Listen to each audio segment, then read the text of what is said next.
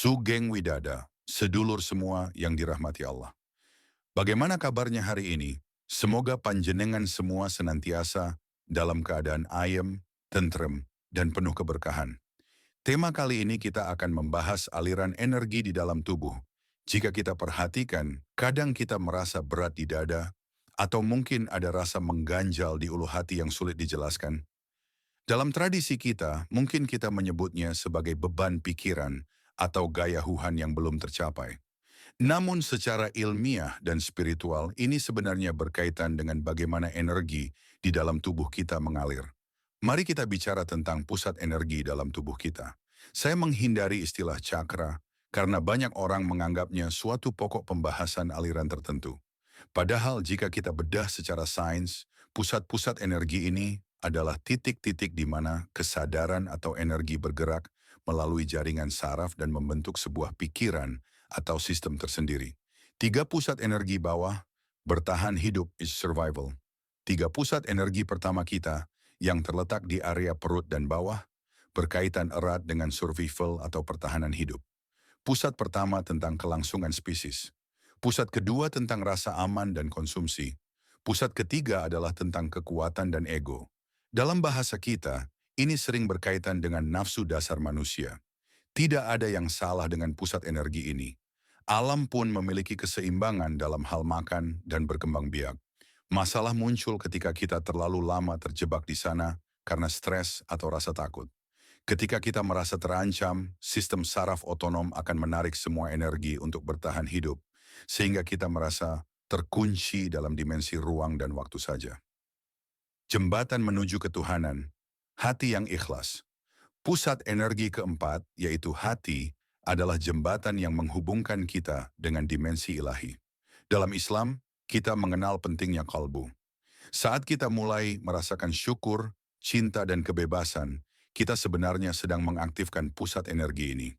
Secara ilmiah, saat hati kita koheren atau selaras, tubuh akan melepaskan lebih dari 1.400 zat kimia berbeda yang berfungsi untuk memperbaiki dan memulihkan tubuh.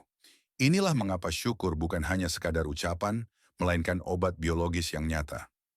Bukti ilmiah, melampaui batas normal. Mungkin ada yang bertanya, apakah ini hanya sugesti? Mari kita lihat datanya. Dalam statistik, ada yang disebut kurva normal atau Z-curve. Sebanyak 99,7% populasi manusia berada dalam rentang 3 standar deviasi dari rata-rata. Namun, penelitian pada orang-orang yang melakukan meditasi dan latihan pernapasan ini menunjukkan hasil yang luar biasa. Gelombang otak mereka, terutama gelombang gamma, berada pada level 200 hingga 500 standar deviasi di luar batas normal. Ini adalah tingkat energi dan koherensi otak yang sangat tinggi, di mana otak menjadi sangat terorganisir.